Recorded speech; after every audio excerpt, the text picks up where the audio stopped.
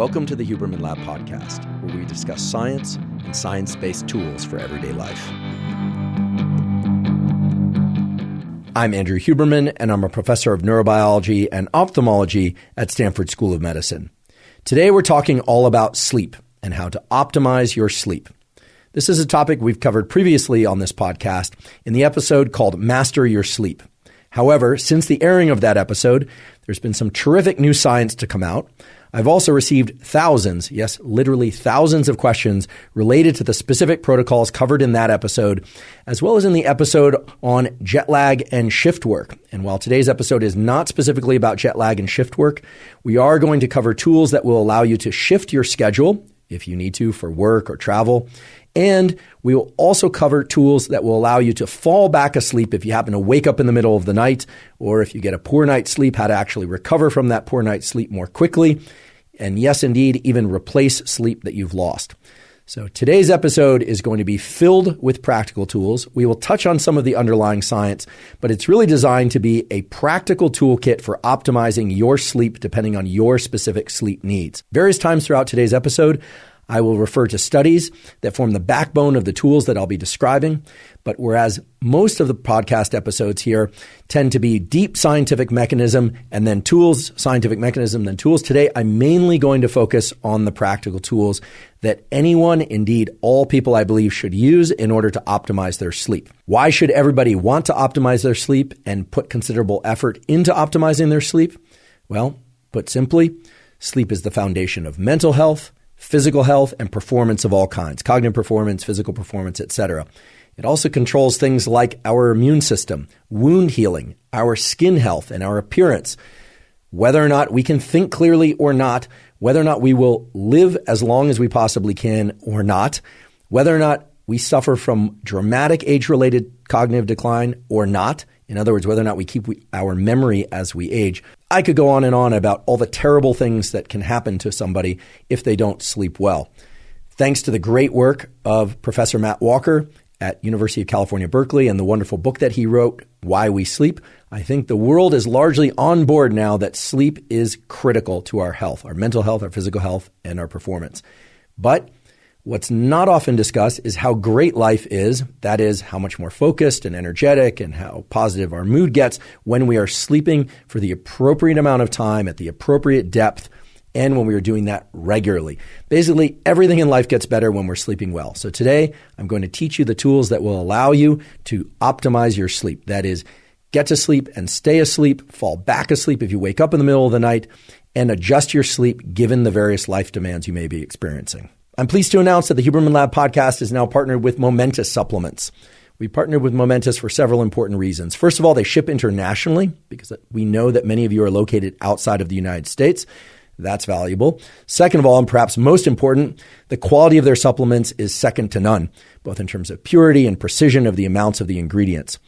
Third, we've really emphasized supplements that are single ingredient supplements and that are supplied in dosages that allow you to build a supplementation protocol that's optimized for cost, that's optimized for effectiveness, and that you can add things and remove things from your protocol in a way that's really systematic and scientific. This is really hard to do if you're taking blends of different supplements or if the dosages are such that you can't titrate, or that is, adjust the dosages of a given supplement. So by using single ingredient supplements, you can really build out the supplement kit that's ideal for you and your specific needs. If you'd like to see the supplements that we partner with Momentous on, you can go to livemomentous.com/Huberman. There you'll see those supplements, and just keep in mind that we are constantly expanding the library of supplements available through Momentous on a regular basis. Again, that's livemomentous.com/Huberman. Before we begin, I'd like to emphasize that this podcast is separate from my teaching and research roles at Stanford. It is, however, part of my desire and effort to bring zero-cost to consumer information about science and science-related tools to the general public. In keeping with that theme, I'd like to thank the sponsors of today's podcast. Our first sponsor is InsideTracker. InsideTracker is a personalized nutrition platform that analyzes data from your blood and DNA to help you better meet your health goals. I've long been a believer in getting regular blood work done for the simple reason that many of the factors that impact your immediate and long-term health can only be analyzed from a quality blood test. And nowadays, with the advent of modern DNA tests, You can also get insight into, for instance, what your biological age is and compare that to your chronological age. And of course, your biological age is really the age that counts. The problem with a lot of blood tests and DNA tests out there, however, is that you get information back about the levels of metabolic factors, lipids, hormones, etc., but you don't know what to do with that information. InsideTracker makes that all very easy to navigate. They have a personalized platform, so this is a web portal where you can go. You'll see the numbers from your blood tests and DNA tests, and then it will tell you, for instance, how you could adjust various aspects of your nutrition or your exercise or supplementation in order to bring those numbers into the ranges that are best for you. If you'd like to try InsideTracker, you can go to InsideTracker.com/Huberman to get 20% off any of InsideTracker's plans. That's InsideTracker.com/Huberman to get 20% off. Today's episode is also brought to us by 8 Sleep. 8 Sleep makes smart mattress covers with cooling, heating, and sleep tracking capabilities. It turns out that your body temperature and your ability to fall and stay asleep are very closely related. If your body does not drop by 1 to 3 degrees, you are simply not going to get into deep sleep or stay in deep sleep. And waking up, it also turns out, is related to body temperature. Every time you wake up in the morning, your body is warming up in order to wake you up. And this has an enormous number of hormonal and metabolic and other cascades that are vitally important, not just to what happens while you sleep, but your health and your energy and focus throughout the day. 8 Sleep is an incredible device. It's one that I've been using for now 6 months or so, and it's completely transformed my sleep. And I already thought I was sleeping pretty well. The way it works is that you can cool or heat your mattress according to different times throughout the night. So for instance, you can cool your mattress if you tend to run warm, and that will help you fall and stay deeply asleep. And then toward morning, you can have the mattress programmed, or I should say the mattress cover programmed, so that you warm up your sleeping environment and you wake up when you want to wake up. If you've been sleeping pretty well but waking up in the middle of the night, you might also find that by cooling your mattress even further toward the middle of your sleep bout, well, you'll stay in deep sleep much longer. If you'd like to try 8 Sleep, you can go to 8sleep.com/Huberman to check out the Pod Pro cover and save $150 at checkout. 8 Sleep currently ships within the US, Canada, and the United Kingdom. Again, that's 8sleep.com/Huberman to save $150 at checkout. Today's episode is also brought to us by LMNT. LMNT is an electrolyte drink that has everything you need in order to get your brain and body to function at its best, but none of the things you don't, in particular, sugar. Electrolytes are vitally important to the way that your neurons, your nerve cells work, and indeed to the way that all the cells of your body work. But your nervous system and your neurons particularly depend on electrolytes because you need the electrolytes, sodium, magnesium, and potassium in the proper ratios in order for those nerve cells to fire what are called action potentials, which are the electrical signals that allow your neurons to work and to allow you to do everything from remembering information to moving your muscles deliberately. When you exercise, or even if you don't, you can get quite low on electrolytes, especially on a hot day. You can get dehydrated. There are a lot of different ways to replenish your fluids and electrolytes, and there are a lot of different electrolyte drinks out there, but many of them contain a lot of sugar. And some of those that don't contain a lot of sugar don't have the proper ratios of sodium, magnesium, and potassium. If you'd like to try LMNT, you can go to Drink LMNT, that's LMNT.com/Huberman to claim a free LMNT sample pack with your first purchase. Again, that's DrinkElement.com/Huberman to claim a free sample pack. Let's talk about sleep and tools to optimize your sleep. I want you to conceptualize yourself as contained within a room that has only very few windows or very few entry points. What do I mean by this? Well, your brain and your nervous system control whether or not you move or don't move. They control whether or not you're digesting food or you're not digesting food. They control whether or not you're stressed or not stressed, happy or sad, etc. All of that stuff that controls all that stuff is housed inside your skin and skull, etc. That might seem pretty obvious, but what that means is that for your brain and body to feel alert and focused, ready to move and exercise or do some work, or if your brain and body are going to lie down and go to sleep, well, that brain and body needs cues. It needs inputs to determine when to do those different things. And those cues and inputs arrive through a defined set of what I'll call stimuli, but you can also think of these as levers or tools. The main levers and tools that are going to allow you to control when you are awake and when you are asleep and to get better sleep every single night are light, literally photons, light energy. Could be from sunlight, could be from artificial light. We will discuss those particulars in a moment, as well as darkness. That is the absence of light. So we've got light and dark. Those are two very powerful tools to encourage your nervous system to be in one state or another, meaning awake or asleep. Temperature is another tool or lever. Turns out that when your body is cooling down, you have a greater tendency to fall and stay asleep. In fact, every night when you actually sleep, your body is dropping by 1 to 3 degrees, and that drop in temperature is required. It's like a gate that your body has to go through in order for you to get into sleep. And in fact, the converse is also true. If your body heats up by 1 to 3 degrees or so, you will wake up. So you've got light, dark, temperature, food. And when we say food, we mean what we eat, when we eat, and the amount that we eat. Okay, so light, dark, temperature, food, exercise. And of course, exercise comes in different forms. We can do cardiovascular exercise. That can be low intensity, long distance exercise. It can be high intensity, so-called high intensity interval training. It could be weight training. It could be yoga. It could be swimming, any number of different activities. But exercise in general causes an increase in body temperature and tends to make us more alert, not just during the exercise, but in the immediate hours after that exercise. Exercise does some other things that relate to our sleep as well, and we'll talk about those today and how you can leverage them. Another potent lever for adjusting your sleepiness and wakefulness is caffeine. This, of course, comes as no surprise to people, but why and how caffeine works might come as a surprise. Very briefly, we have a molecule in our body called adenosine, and the longer we have been awake, the more adenosine builds up in our brain and body, and adenosine is part of the reason why we get sleepy.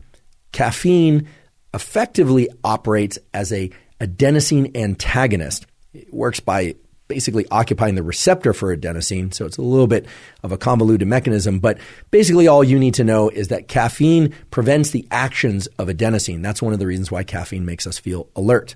But how much caffeine we drink and when we drink caffeine turns out to be vitally important for adjusting our wakefulness and for optimizing our sleep. So we'll talk about that as well. The other category of lever tools, which are immensely powerful for optimizing sleep, are supplements. There now exist as many as 8 different supplements that can powerfully modulate sleep in healthy ways and that have huge margins for safety. So we're going to talk about what those supplements are. In previous episodes of this podcast and as a guest on other podcasts, I've talked about 3 particular supplements: Magnesium Threonate, Apigenin, and Theanine, which together can really enhance the speed at which one falls asleep and people's ability to stay asleep and to really get into those deep stages of sleep. They're particularly restorative. Today, we're going to talk a little bit more about each of those 3 and how they can best be used in combination. But we are also going to touch on some other supplements that I have not talked about much before, if at all. Things like glycine and GABA, as well as inositol. Many people are going to find inositol interesting and of particular use to them, especially if they're following a low carbohydrate diet or if they are fasting before sleep or just trying to avoid eating too close to bedtime and yet they're having a hard time falling asleep. Inositol also turns out to be especially useful for people who have a tendency to wake up in the middle of the night and have a hard time falling back asleep. It also has some interesting and potent effects on anxiety throughout the day. So we're going to talk about inositol as a tool as well. And then last in our list of general categories of levers and tools for optimizing sleep are digital tools. When I say digital tools, I don't necessarily mean devices. What I mean are things like non-sleep deep rest scripts. These are zero-cost scripts that you listen to that take your body through some deep relaxation and that can help people both fall asleep, stay asleep, fall back asleep, and get better at sleeping. And also going to talk about digital tools related to self-hypnosis. This is distinctly different from stage hypnosis. So I know some of you hear hypnosis and you think, people, clucking like chickens and doing things that are outside their control. That's not at all what I'm referring to here. I'm talking about clinically and research-supported tools that have been shown to enhance people's ability to fall and stay asleep and that can get you far better at sleeping. So again, to recap the list of levers and tools, we've got light and dark. And that includes the intensity of light, the timing of light, etc. We've got temperature, we have food, we have exercise, caffeine, supplements, and digital tools. not just limited to devices, but zero-cost tools that you can access on YouTube and elsewhere in various apps that can really help you optimize your sleep. So today we're going to talk about all of these. I really want to provide you as many tools as possible, give you the logic behind each of those tools and when and how best to apply them so that you can develop the sleep toolkit that's ideal for your sleep needs. As we head into our description of tools for optimizing sleep, let's consider what the perfect 24-hour cycle would look like. Let's start this 24-hour cycle with when you wake up in the morning. So for some of you, that will be 5 a.m. For others of you, that will be 10 a.m. Most people, I believe, wake up sometime between 6:30 a.m. and 8:30 a.m. But regardless of when you wake up in the morning, one of the first things that happens is that your body temperature is increasing. And that's just going to happen naturally. Some of it is going to be the consequence of your moving around a bit, but really the increase in body temperature is one of the main triggers for why you woke up in the first place. That increase in body temperature, in turn, causes an increase in the release of a hormone called cortisol. Cortisol is often discussed as a stress hormone, but it's not just associated with stress. It also enhances your immune system, provided cortisol is elevated at the right times. And the right time for cortisol to be elevated is when you first wake up in the morning. That increase in cortisol is also going to increase metabolism. It's also going to increase your ability to focus mentally and for you to move your body. So again, cortisol is often demonized and considered this bad thing. And indeed, you don't want cortisol to be chronically or consistently elevated throughout the day or night. But you do want cortisol to reach its peak early in the day, right about the time you wake up. One way that you can ensure that that cortisol peak occurs early in the day, right about the time that you wake up, is to view bright light, ideally from sunlight, within the first 30 to 60 minutes after waking. That's right. View bright sunlight within the first 30 to 60 minutes after waking. I'll get into all the caveats about what happens if you wake up before the sun is out. What if you live in the UK where there is no sun or people claim there is no sun? Hate to tell you this, folks, but there is sun in the UK. We'll talk about all that. But everybody, whether or not you live in a cloudy place or a sunny place, whether or not there's cloud cover or not that day, should really strive to get bright light in your eyes, ideally from sunlight, within the first 30 to 60 minutes after waking. The reason for that is very simple. You want to trigger that cortisol increase to occur very early in your day. And you don't want that cortisol peak to happen later, which is what will happen if you wait to get outside and see sunlight. The reason for this is that you have a set of neurons, nerve cells in your eye. They're called intrinsically photosensitive melanopsin cells, but you do not need to know that name.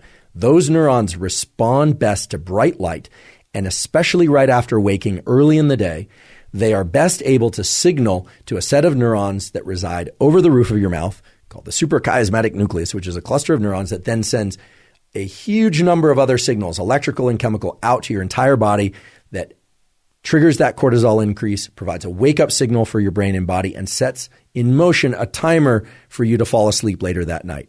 So again, we're not trying to go into too much mechanism today. We are trying to really hammer on tools, and I'll substantiate those tools just a bit with some mechanism. But here's what you do, or at least here's what I do. I wake up in the morning and I want to reach for my phone. But I know that even if I were to crank up the brightness on that phone screen, it's not bright enough to trigger that cortisol spike and for me to be at my most alert and focused throughout the day and to optimize my sleep at night. So what I do is I get out of bed and I go outside. And if it's a bright, clear day, and the sun is low in the sky, or the sun is, starting to get overhead, what we call low solar angle, then I know I'm getting outside at the right time. If there's cloud cover and I can't see the sun, I also know I'm doing a good thing because it turns out, especially on cloudy days, you want to get outside and get as much light energy or photons in your eyes. But let's say it's a very clear day and I can see where the sun is. I do not need to stare directly into the sun. If it's very low in the sky, I might do that because it's not going to be very painful to my eyes. However, if the sun is a little bit brighter and a little bit higher in the sky, sometimes it can be painful to look at. So the way to get this sunlight viewing early in the day is to look toward the sun. If it's too bright to look at directly, well, then don't do that. You just look toward it, but not directly at it. It's absolutely fine to blink. In fact, I encourage you to blink whenever you feel the impulse to blink. Never look at any light, sunlight or otherwise, that's so bright that it's painful to look at because you can damage your eyes. But for this morning sunlight viewing, it's best to not wear sunglasses. That's right, to not wear sunglasses, at least for this morning sunlight viewing. It is absolutely fine to wear eyeglasses or contact lenses, so-called corrective lenses. In fact, those will serve you well in this practice or this tool because they will focus the light onto your neural retina and onto those melanopsin intrinsically photosensitive ganglion cells. If your eyeglasses or contact lenses have UV protection, that's okay. There's so many different wavelengths of light coming from the sun, and they are bright enough that they will trigger the mechanisms that you want triggered at this early time of day. So try and get outside, ideally within the first 5 minutes of waking, or maybe it's 15 minutes, but certainly within the first hour after waking. I want to share with you 3 critical things about this tool of morning sunlight viewing. First of all, this is not some woo biology thing. This is grounded in the core of our physiology. There are literally hundreds, if not thousands, of quality peer-reviewed papers showing that light viewing early in the day is the most powerful stimulus for wakefulness throughout the day, and it has a powerful positive impact on your ability to fall and stay asleep at night. So this is really the foundational power tool for ensuring a great night's sleep and for feeling more awake during the day. Second of all, if you wake up before the sun is out, you can and probably should flip on artificial lights in your internal home environment or apartment or wherever you happen to live if your goal is to be awake. Right? If you wake up at 4 a.m. and you need to be awake, well, then turn on artificial lights. Once the sun is out, however, once the sun has risen, then you still want to get outside and view sunlight. Some of you will wake up before the sun comes out, and if you're asking whether or not turning on artificial lights can replace sunlight at those hours, unfortunately, the answer is no. Unless you have a very special light, we'll talk about what kind of light, the bright artificial lights in your home environment are not, I repeat, are not going to be sufficiently bright to turn on the cortisol mechanism and the other wake-up mechanisms that you need early in the day. The diabolical twist, however, is that those lights in your home or apartment or even on your phone are bright enough to disrupt your sleep if you look at them too late at night or in the middle of the night. So there's this asymmetry in our retinal, our eye biology, and in our brain's biology, whereby early in the day, right around waking, you need a lot of light, a lot of photons, a lot of light energy. And artificial lights generally just won't accomplish what you need them to accomplish. But at night, even a little bit of artificial light can really mess up your so-called circadian, your 24-hour clocks, and all these mechanisms that we're talking about. So if you wake up before the sun is out and it's still dark, please turn on as many bright artificial lights as you possibly can or need, but then get outside once the sun is out. On cloudy days, you especially need to get outside. I repeat, on cloudy days, overcast days, you especially need to get outside and get sunlight. You just need to get more of it. Now, how much light and how much light viewing do you need? This is going to vary depending on person and place, literally where you live on Earth, whether or not there's a lot of tree cover, whether or not you're somebody who has sensitive eyes or less sensitive eyes. It's really impossible for me to give an absolute prescriptive, but we can give some general guidelines. In general, on a clear day, meaning no cloud cover or minimal cloud cover, you want to get this sunlight exposure to your eyes for about 5 minutes or so. Could be 3 minutes one day, could be 7 minutes the next day, about 5 minutes. On a day where there's cloud cover, so the sun is just peeking through the clouds or it's more dense cloud cover, you want to get about 10 minutes of sunlight exposure to your eyes early in the day. And on days that are really densely overcast or maybe even a rainy, you're going to want to get as much as 20 or 30 minutes of sunlight exposure. Another key thing is do not forget about, just don't try and get this sunlight exposure through a windshield of a car or a window, whether or not it's tinted or otherwise. It takes far too long. It's simply not going to trigger the relevant mechanisms. You would be standing there all day trying to get enough light into your eyes from the morning sunlight, and by then, the sun will have already moved from low solar angle to overhead, and it simply won't work for all sorts of mechanisms related to your circadian rhythm functions. So just don't try and do it through a windshield, sunglasses, or a window. It's just not going to work. Get outside. If the weather is really bad or for whatever reason, safety reasons, you cannot get outside, well, then I suppose try and get near a window. That would be the last resort. But you really want to get outside to get this sunlight exposure. Now, if you live in a part of the world where it's extremely dark and overcast, or the weather won't let you outside, or you live in a cave or some other small box that does not allow any natural light into it for whatever reason, well, then you're going to need a replacement for that sunlight. And there are sunlight simulators or daylight simulators that you can purchase. Those are quite expensive in general. And therefore, I suggest cheaper options that work just as well because they get just as bright. Things like ring lights that are sold in order for people to take selfies and this kind of thing. A drawing LED tablet will work pretty well. I actually have one of those and I put it on my desk all morning, even though I still get outside and look at sunlight first thing in the morning. Again, also, especially, I should say, on cloudy days.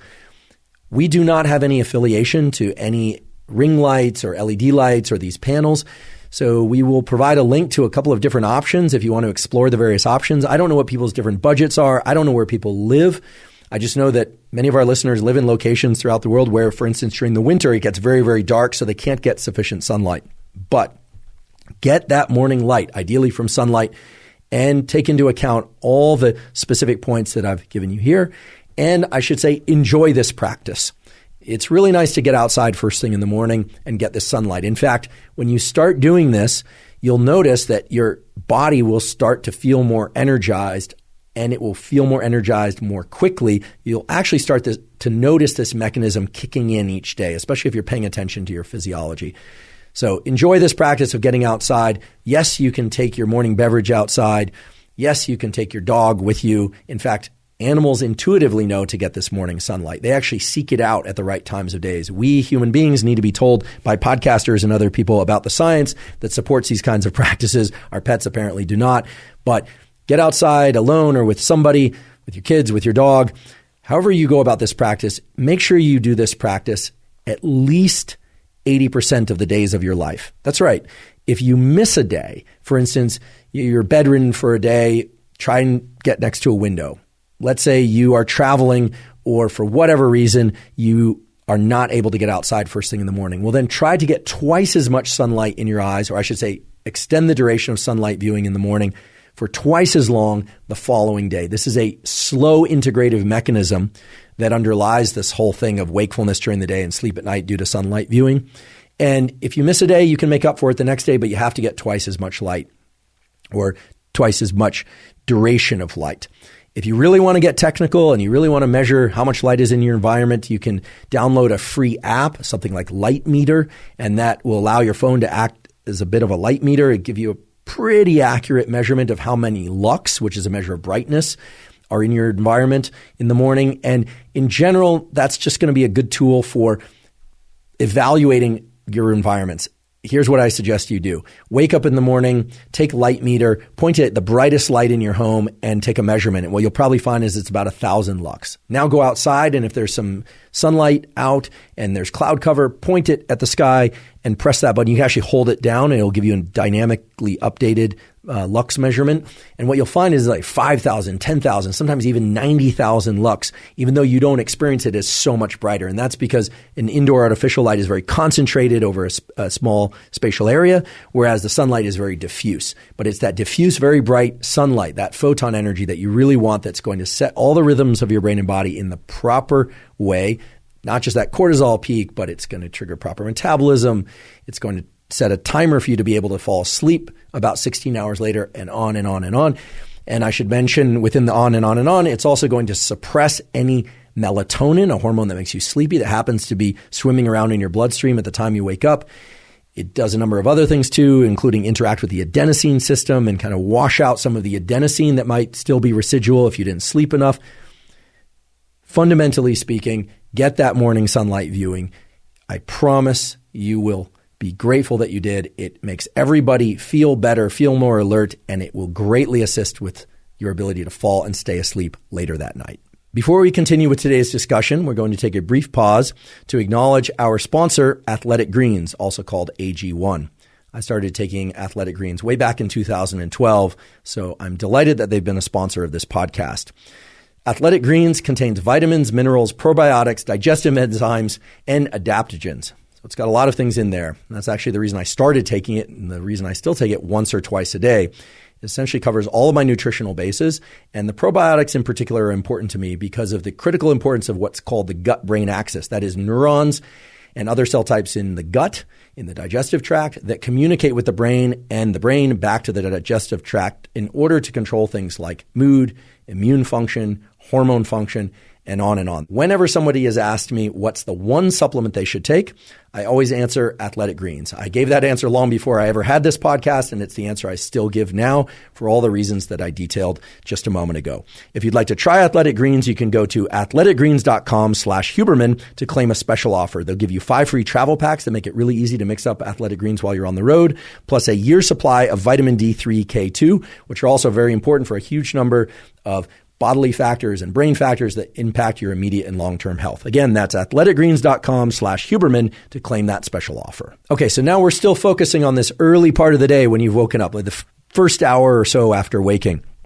And we can go to our list of other levers and tools, right? We have light and dark. We already talked about light and sunlight in particular. We've got temperature, food, exercise, caffeine, supplements, and digital tools. Now, once you've woken up and you want to be awake, okay, so this is likely to be early in the day if you're following a more standard schedule, you will also want to leverage not just light, but temperature as a tool. If you are inclined, it would be wise to try and increase your core body temperature a bit more quickly than it would otherwise if you were to just shuffle around outside, get your sunlight, maybe read a little bit, etc. And there are 2 main ways you can do that. The first way is to get into cold water of some sort. So this could be a cold shower of anywhere from 1 to 3 minutes. This could be an ice bath if that's your thing. It could be a cold tub, or if you own a cold tub that's specifically designed for deliberate cold exposure, get under some cold water. That will certainly wake you up. And if you've ever jumped into cold water or had a cold shower, you know it really wakes you up because you release adrenaline, epinephrine from both your brain and body. The body from your adrenals and your brain from a little cluster of neurons called locus coeruleus. Again, the names don't matter. 1 to 3 minutes of cold water exposure will wake you up because of that adrenaline release. And I want to highlight it will serve to increase your core body temperature. That's right. Your body and brain interact as a bit of a thermostat system where if you put something cold on the surface of your body, your brain, a little cluster of neurons in the so-called medial preoptic area, act as a thermostat and say, the external of my body is cold, and therefore I'm going to heat up my core body temperature. So this is a little bit paradoxical. People think, if you get into cold water or an ice bath, your body temperature is going to drop. And indeed, that's true if you stay in for a while. But if you just get in for about 1 to 3 minutes or under the cold shower for 1 to 3 minutes, your core body temperature will increase. So then when you get out of that cold water, your body temperature is increasing at a slope that's steeper than it would otherwise, and you're going to feel more alert. It also has the advantage of increasing not just adrenaline, but dopamine, which is a molecule involved in motivation, focus, etc. So this is great for waking up. So we've got sunlight, we've got temperature triggered by cold water, and we have exercise. One of the best ways to increase your core body temperature early in the day is to do exercise. Now, some of you might choose to do your full-blown workout for the day first thing when you wake up in the morning. I always say the best time to exercise, at least what the research points to, is immediately when you wake up in the morning, or 3 hours after waking, or 11 hours after waking. But that's really getting down into optimization for sake of muscular strength and grip strength, and it's very hard to give a strict prescriptive. Here's what I suggest. If you want to be alert early in the day and you want to sleep great at night, get that bright sunlight, get into some cold water, and if you don't want to get into some cold water, try and get some movement. It could be a walk so you can get your sunlight exposure while you're taking a walk first thing in the morning. It could be a light jog. It could be skipping rope. These days, I skip rope for about 10 minutes or 20 minutes while looking at the sun. So I'm trying to layer in these different things for waking up. And then I take a cold shower afterwards. This is what I've been doing as of lately, but I don't do that all year long necessarily. Or some of you are going to be working out mid-morning. I sometimes do that. But try and get your core body temperature increased first thing in the morning. And a great way to do that is with the cold water and or with exercise. And again, it doesn't have to be your full-blown workout for the day if you're doing workouts consistently, which I hope everybody is, because everybody really should exercise at least, I believe, 5 or 6 or maybe even 7 days a week. For me, it's 6 days a week, sometimes 5. Rarely is it 7. So get that exercise, or even just a modest amount of movement, walking, jogging, skipping rope, some light calisthenics. That will further increase your core body temperature and help you feel more awake. Then we have the category of caffeine. And again, we're just talking about this early part of the day. And you might be saying, wait a second, I thought this was an episode about tools for sleep. Well, everything that we're talking about doing in these first 60 to 90 minutes of the day really set in motion a wave of biological cascades that carry through the entire day and into the evening and into the night, and really do serve to optimize sleep. So just hang in there with me. And for those of you that are interested in focus and attention, your ability to learn, all of these tools and practices are going to greatly enhance those as well. So the next category of tool for use early in the day is caffeine. Caffeine is a very important compound to think about. I do realize that some people who are prone to anxiety, especially panic attacks and anxiety attacks, might avoid caffeine entirely. That's absolutely fine. You do not have to drink caffeine. So what I'm about to describe are ways to leverage caffeine use to optimize sleep and wakefulness if you are comfortable with caffeine, if you like caffeine. I happen to love caffeine. I like it in the form of coffee or espresso or yerba mate tea, in particular non-smoked varieties of yerba mate teas. Non-smoked because the smoked varieties seem to carry some carcinogenic, some cancer-causing risk. There's increasing data on that. So non-smoked varieties of yerba mate. So caffeine is something that a lot of people consume early in the day. How much depends on your tolerance, and there's a lot of individual variability here. Again, caffeine is a adenosine antagonist, or effectively works as a adenosine antagonist and limits sleepiness. I highly recommend that everybody delay their caffeine intake for 90 to 120 minutes after waking. However painful it may be to eventually arrive at that 90 to 120 minutes after waking, you want, and I encourage you to clear out whatever residual adenosine is circulating in your system in that first 90 to 120 minutes of the day. Get that sunlight exposure, get some movement to wake up, and then, and only then, start to ingest caffeine. Because what you'll do if you delay caffeine intake until 90 to 120 minutes after waking is you will avoid this so-called afternoon crash. And you may still get a little bit of dip in energy in the afternoon, but it's not going to be that massive crash. I've talked about the reasons for that crash on previous episodes, but if you delay your caffeine intake 90 to 120 minutes after waking, you are doing yourself a great service towards wakefulness and to avoid the crash. And the afternoon crash has another liability to it, which is typically people will emerge from that afternoon crash either grumpy or groggy, and then they'll lean into drinking more caffeine, which can then disrupt their sleep. So wait 90 to 120 minutes after waking in the morning to drink caffeine. And if you drink caffeine at any point throughout the day, really try and avoid any caffeine. Certainly avoid drinking more than 100 milligrams of caffeine after 4 p.m. And probably even better to limit your last caffeine intake to 3 p.m. or even 2 p.m. And for many people, shifting that caffeine intake from immediately after waking in the morning to 90 to 120 minutes gives them a much longer arc of energy throughout the day, and they don't feel the need to drink more caffeine later in the afternoon. If you do drink caffeine later in the afternoon, really try and limit the total amount or drink decaf. Certainly keep the total amount to less than 100 milligrams if you are interested in getting into the best possible sleep. And I say this knowing that many people, including myself, can drink a double espresso with 200 milligrams of caffeine or more at 5 p.m. or even 6 p.m. or after dinner and still, quote unquote, fall asleep fine or still sleep fine. However, there are terrific data. Matt Walker and I talked about this, and there are more and more papers all the time that point to the fact that caffeine intake late in the day, after 4 p.m., that is, can really disrupt the architecture of your sleep. So you might think you're sleeping well, but you're not sleeping nearly as well as you could if you avoided caffeine in those afternoon hours. Now, some of you might be doing your main bout of exercise first thing in the morning, and you want your caffeine before that bout of exercise. In that case, I say go for it. Drink your caffeine, do your workout right after waking up. I don't have a problem with that. You will find, however, that you're going to get an early afternoon dip in energy, and that dip in energy is going to be substantial because it's going to be a dip in energy that naturally follows that workout from the morning. So it's dependent on temperature, and it's going to be related to the elimination of that adenosine blockade by caffeine. So you're getting a kind of a 1-2 punch on your energy levels by taking a lot of caffeine and exercising early in the day.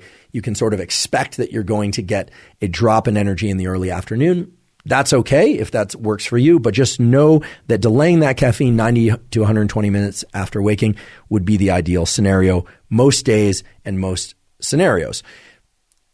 All that said, I absolutely respect the fact that people have different work schedules, kid schedules, etc. So if you want to do some or none or all these tools, that's really up to you. I'm just providing them to you in the simplest form that I can possibly provide them. Now, the other lever or tool that you have available to you is food, not just what you eat, but when you eat. And it turns out that if you eat early in the day, you support a biological clock mechanism that will make you more alert early in the day.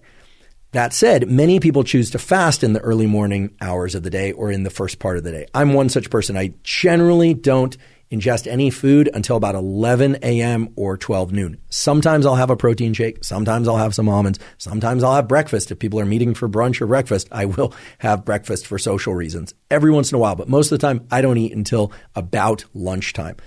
However, some people are really hungry when they wake up in the morning. Just know that if you eat early in the day, you are further triggering an increase in metabolism and in temperature that will make you more alert. So you don't have to eat early in the day, but you can start to see how these different tools layer together. Sunlight viewing, exercise, cold water, eating. Many of them are converging on the same mechanisms. In fact, when you drink caffeine, there's also a small increase in body temperature due to the adrenaline increase that it stimulates.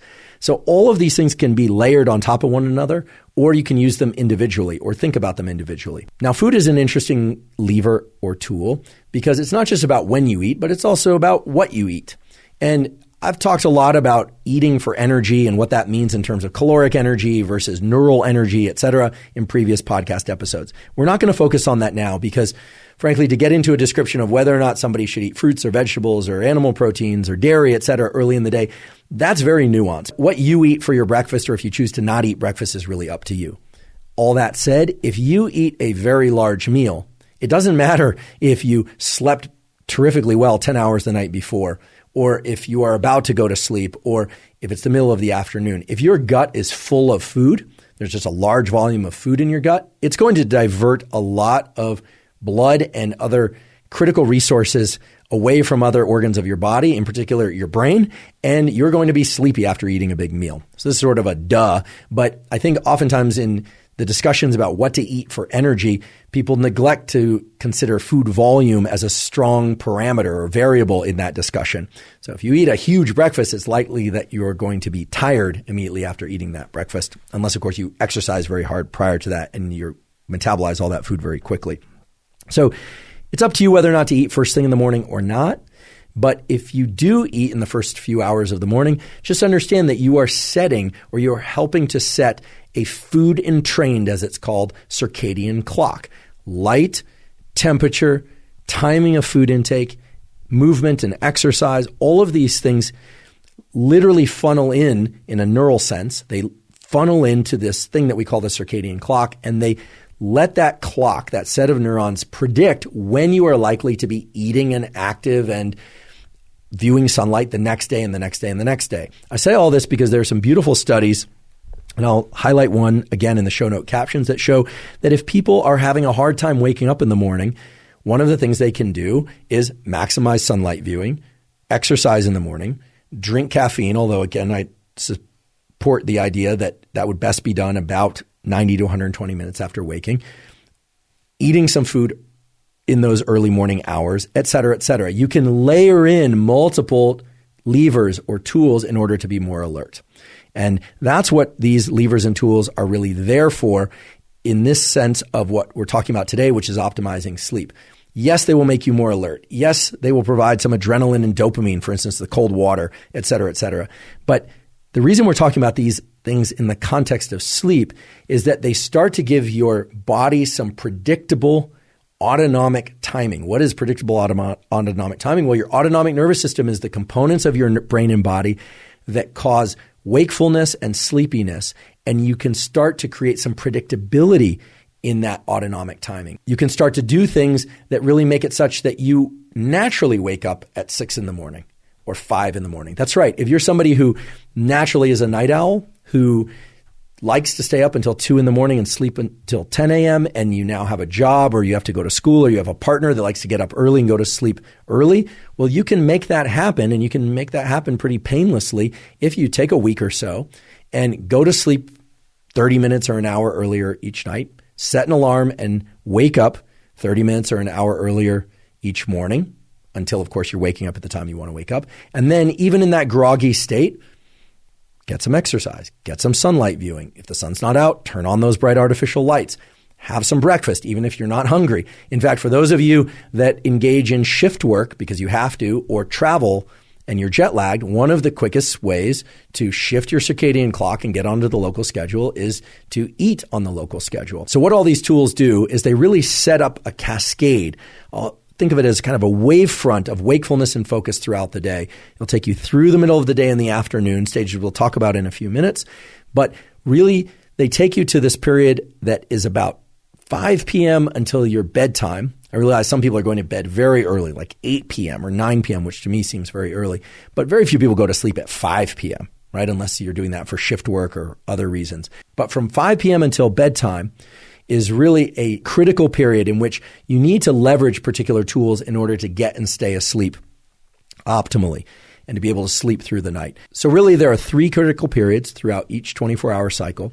And during each of those critical periods, you're going to want to do as many specific things as you can to optimize your wakefulness and focus and mood throughout the day and your sleep at night. The first critical period is the one that we've been talking about up until now. Things like morning sunlight viewing, caffeine, 90 to 120 minutes after waking, exercise, and so on. We can call that critical period 1. And it really encompasses the time from which you wake up until about 3 hours after waking. Although I should just mention, because there are always those people who say, wait, I wake up at 4 a.m. and the sun isn't out until 8 a.m. Okay, so it might be 4 hours. But really it's those early morning hours of your day once you're awake. The second critical period is the time throughout the day and afternoon leading into evening. So you may ask, what are the things that you can do throughout the day, the middle of your day and into the afternoon and evening hours that are really going to set you up for the best possible sleep later that night? Well, there are a few do's and there are a few don'ts. First of all, be careful about ingesting too much caffeine throughout the middle of the day. That's kind of an obvious one for the reasons that we talked about earlier. Second of all, if you are a napper, and I raise my hand now, for those of you listening, I'm raising my right hand because I love naps. I've always loved naps. Nowadays, I do NSDR or a Reveri sleep hypnosis almost every day. And I tend to do that, as I mentioned, in the early afternoon hours if I'm feeling kind of sleepy. Because even though I optimize my caffeine intake, timing, etc., I tend to get a little sleepy in the afternoon. Most people get a little sleepy in the afternoon. Some of that is related to hitting that peak of body temperature. And you might think, wait, I thought high body temperature is associated with alertness. And it is, but right as you crest that high body temperature and your body temperature starts to drop, there's a tendency to be a little bit sleepy. So some of you might opt to take a nap in the afternoon. Should you nap? Should you not nap? That's a question that I get asked a lot and that I asked Dr. Matthew Walker when he was a guest on this podcast. Here was his answer, and here's what the data support. It is fine to nap in the afternoon, but don't nap so late in the day or for so long that it disrupts your ability to fall and stay asleep at night for your major sleep bout. Okay, so naps are fine, but don't sleep so long during the day or too late in the day that it disrupts your ability to fall and stay asleep. I should also say you do not have to nap. It's kind of an interesting phenomenon that happens on these podcasts and on social media where we'll talk about naps and the fact that naps are great and don't make them longer than 90 minutes. But then all the non-nappers get really worried. Like, wait, am I supposed to nap? I don't like naps. I wake up groggy. You do not have to nap. In fact, if you can make it through your whole day without napping, great, more power to you. But if you do nap and you find that naps serve you well, keep those naps shorter than 90 minutes for reasons related to ultradian cycles and so forth. And make sure that you don't nap too late in the day, that you are then staying up too late at night and having a hard time waking up the next morning. I will say that for a lot of people who do not like naps or that find they wake up really grumpy from naps or groggy from naps, I encourage you to try the Reveri app, try an NSDR script, try Yoga Nidra, try something of that sort for anywhere from 10 to 20 to 30 minutes. I tend to do this every day now. I'll just lie down and I love Yoga Nidra. I love NSDR scripts. I love using the Reveri app. In particular, the portion of the Reveri app that gets you better at sleeping. It really is beneficial for me because it serves as very replenishing while I'm doing that hypnosis, but it's also gotten me much better at falling and staying asleep and falling back asleep in the middle of the night. So this critical period throughout the day is one in which most people are doing a lot of stuff. They're emailing and picking up kids, and they're exercising, and they're commuting and doing all sorts of things, taking phone calls and Zooms, etc. But if you can get that period of deep relaxation through a nap or NSDR, that's going to serve you well. Try not to drink too much caffeine, certainly no more than 100 milligrams of caffeine after 4 p.m. if your goal is to fall asleep at a reasonably normal time. And for those of you that exercise in the afternoon, understand that if you exercise very intensely, so this might be weight training or running or some other very intense exercise, typically that's going to further increase your body temperature. Makes sense, right? Based on everything we know about metabolism and body temperature. And it's going to so-called delay your circadian clock. It's going to make it such that you want to fall asleep a little bit later, maybe even a lot later. So if you're exercising in the afternoon or evening, and that's the only time you can exercise, or that's the time that you prefer to exercise, great. But be careful about ingesting too much caffeine in order to get the energy to do that exercise, because that caffeine will disrupt your sleep. And just know that you are delaying your circadian clock. You are making it such that you will naturally want to go to sleep later and wake up later. Contrast that with if you exercise early in the day, say immediately after waking up or in the first 0 to 4 hours after waking. In most cases, that's not going to shift your circadian clock much. And toward the end of the episode, we'll talk a little bit about forced exercise prior to wake-up times. That doesn't mean doing exercise in your sleep. That means deliberately setting an alarm and getting out of bed much earlier than you naturally would. That turns out to be a very potent tool to so-called advance your circadian clock.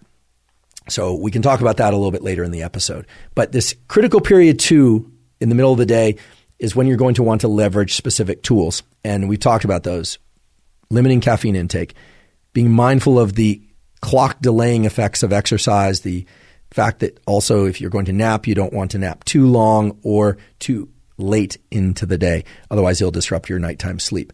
So this critical period 2, or second critical period, I should say, during the middle of the day is a time in which you should be doing certain things and avoiding doing certain things. So that raises the question of whether or not you should also be getting a lot of light, in particular sunlight, throughout the day.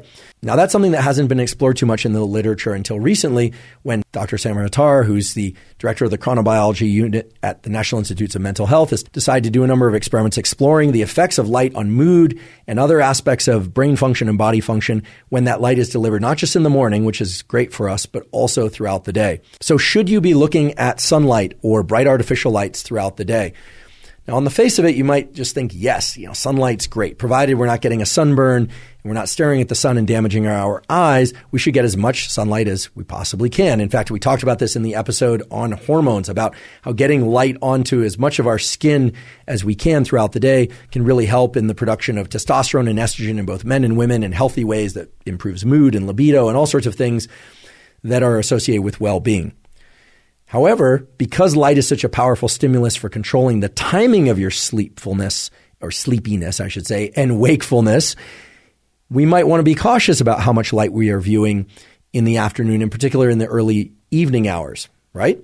Well, turns out it's not so straightforward. Viewing, so sunlight to the eyes, sunlight in the late afternoon and evening hours, so again, depends on time of year, depends on location that you happen to be in, but getting some sunlight in your eyes for, again, maybe 5 or 10, maybe 30 minutes, depending on how much cloud cover there is, doing that in the afternoon serves an additional beneficial purpose, which is you protect or you inoculate your nervous system against some of the negative effects of bright artificial light or even dim artificial light in the nighttime hours between 10 p.m. and 4 a.m., which is really critical period 3. And we'll talk about what to do and what to not do during critical period 3 of every 24-hour cycle. But to make it very clear what I'm saying here, get that morning sunlight in your eyes, but also get some sunlight in your eyes in the late afternoon and evening hours when the sun is at so-called low solar angle, when it starts to descend in the sky. Again, you don't have to stare directly at the sun, although if you can catch a nice, beautiful sunset, go for it.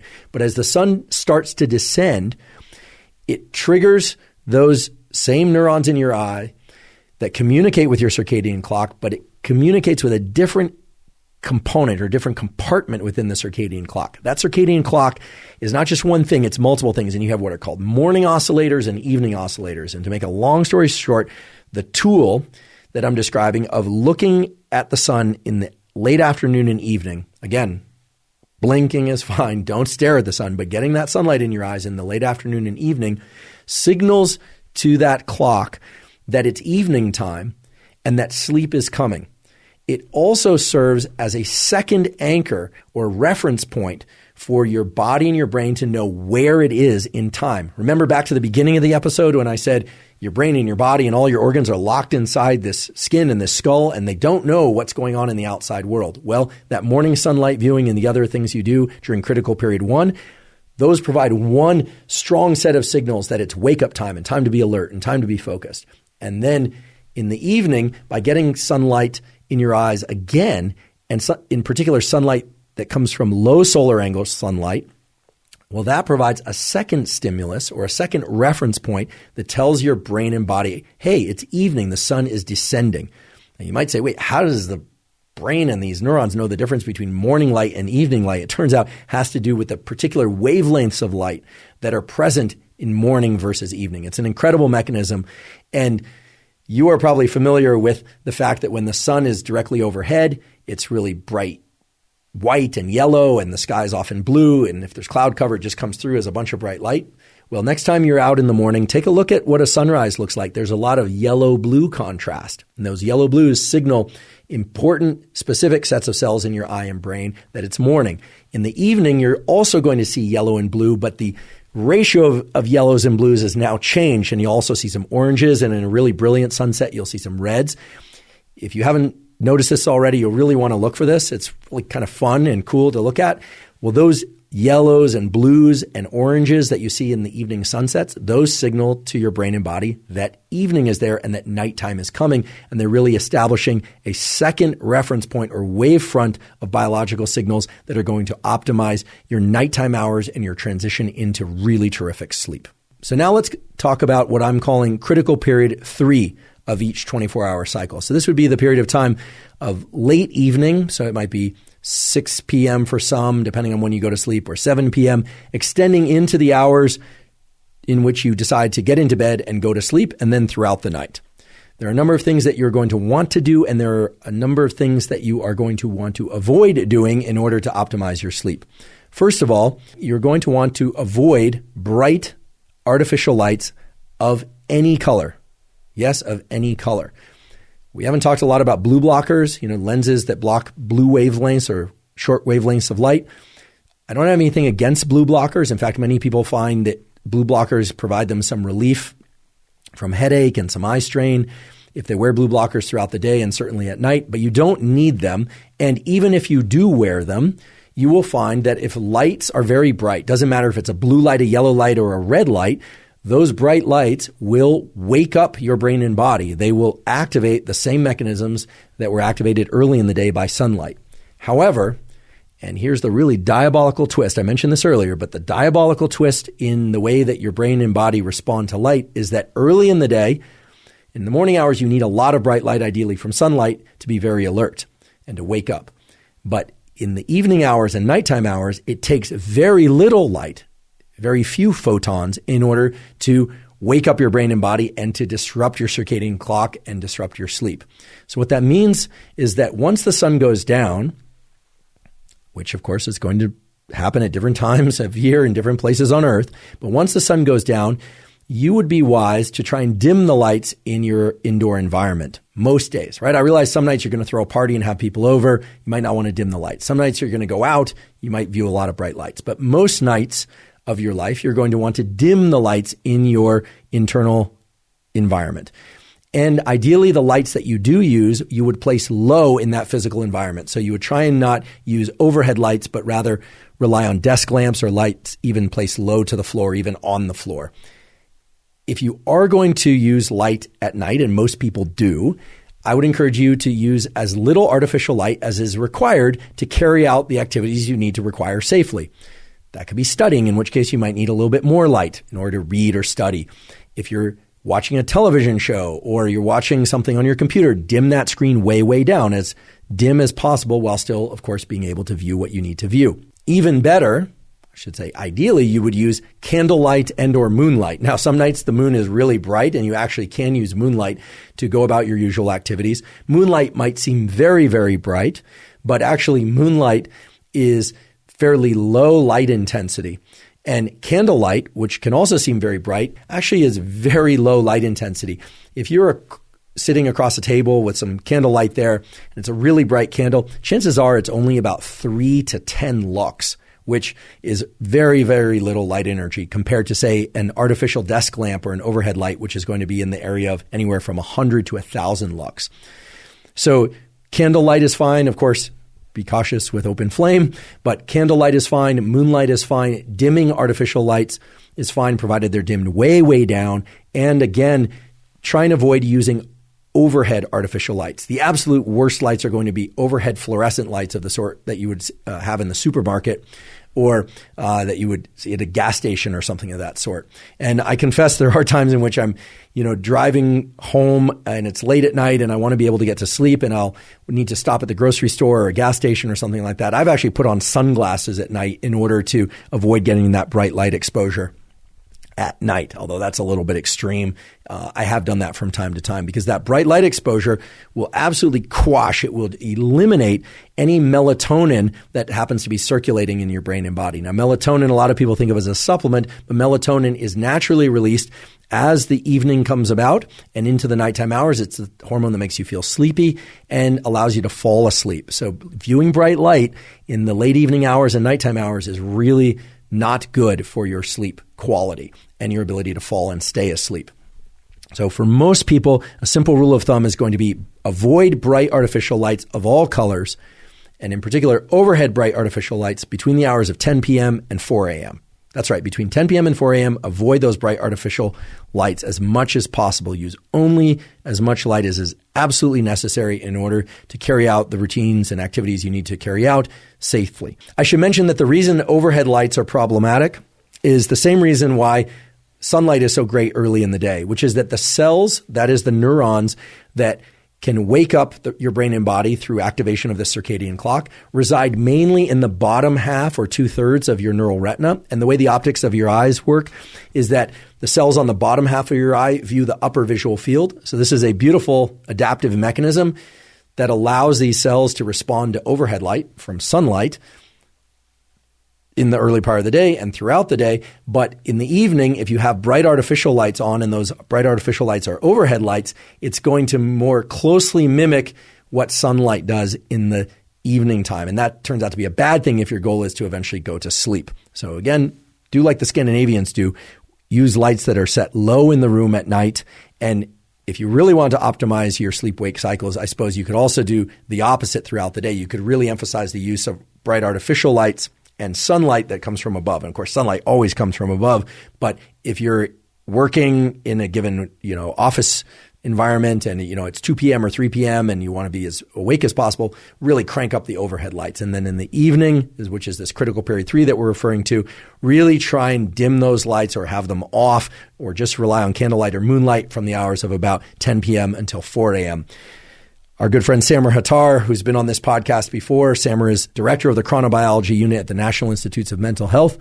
Well, he's absolutely obsessive about this light stuff and avoiding light at night. In fact, he lives in what I sort of joke is like a cave at night from 9 p.m. until 5 a.m., which is really his kind of sleep cycle. He has his house so dark that you'd be lucky to be able to find a spoon in the kitchen. In fact, you'd be lucky to find your way down the hallway if you're me. But in any case, dim the lights, turn them way, way down. It will serve you well. It will make it much easier for you to get sleepy and stay sleepy and fall asleep and stay asleep throughout the night. Now, not to depart from this critical period 3, but if you recall, viewing that afternoon light, right? The low solar angle light as the sun is heading down in the sky. So it could be sunset or what I call circa sunset, around sunset. Well, doing that is going to slightly, but not completely offset any of the negative effects of viewing artificial light at night. So I don't want to give people a pass here, but let's say you know that you're going to watch some Netflix at night, or you're going to be up late studying, and yet you still want to be able to fall and stay asleep. definitely make sure you see that evening light. There's a great study, we'll provide a link to the study, which showed that if people view evening sunset light or evening sunsets or sunlight right around the time of sunset, it really serves to inoculate or offset some, not all of the negative effects of artificial light between the hours of 10 p.m. and 4 a.m. Now that's light, but as you recall, we also have this tool related to temperature. And you're probably not going to be surprised that the way to leverage temperature in the evening is the exact opposite of the way that you want to leverage temperature early in the day. Early in the day, temperature increases from cold showers or exercise, etc., wake you up. What that means is that taking a cold shower late at night is probably a bad idea. Rather, taking a nice hot bath or a sauna, you might think would heat up your body. And indeed, that's what happens if you stay in a very long time. But if you do hot tub or a hot bath or a sauna in the evening and you don't stay in for more than 20 or 30 minutes and you get out, you take maybe a cool-ish shower or a warm shower, then what happens is there's a compensatory cooling off of your core body temperature for the reasons we discussed earlier, and your body temperature will drop by 1 to 3 degrees, and it will make it much easier to get into sleep. So if you're somebody that enjoys hot baths, hot showers, or hot tubs, evening and nighttime is going to be the best time to do that if your goal is to facilitate sleep. Similarly, you should try and make your sleeping environment pretty cool, if not cold. Now, that doesn't mean you need to be cold while you're asleep. You can get under as many blankets as you need, but it's a good idea to make your sleeping environment cool. In fact, drop the temperature in that sleeping environment by at least 3 degrees, and you'll be happy that you did. Now, some people rely on things like 8 Sleep. I use one of these controllable temperature mattress covers. Other people would simply do this by putting a fan in the room or opening a window. Again, depends on time of year, depends on technology, depends on budgets, etc. But you're going to want to sleep in a relatively cool or cold sleeping environment and then layer on the blankets as needed to stay asleep. And I say as needed because one of the things that you're going to do in your sleep, or if you happen to wake up, is if you're too warm, you're going to put a foot or a hand out from under those blankets. And the reason for doing that is very logical. Once you understand the mechanism, you have special portals. You essentially have ways of passing heat, in and out of your body, primarily through the palms of your hands, the upper half of your face, and the bottoms of your feet through so-called glabrous skin. This was covered in the episode with Dr. Craig Heller from the biology department at Stanford. If you lower the temperature in your sleeping environment, so lower the temperature in that room, or use a controllable mattress cover that can cool down like 8 Sleep or something of that sort, it's naturally going to make your sleep environment cooler. And if you're too warm under the blankets, all you have to do is extend a hand or a foot out from under those blankets. Whereas if the sleeping environment that you're in is too warm, there's very little you can do to cool off besides push off those blankets. So for instance, if you're too warm and you're waking up in the middle of the night, which is what happens if you get too warm, you'll push off those blankets. But if the room is too warm, well, what are you going to do? You'd probably have to put your hands into some cool water or take a coolish shower or something for a couple of seconds. That's not very practical. Better to just keep the sleeping environment cool. I'm not a big fan of people putting socks on while they sleep, or I should say, I'm not a fan of putting socks on while I sleep because that eliminates this glabrous skin portal on the bottoms of one's feet.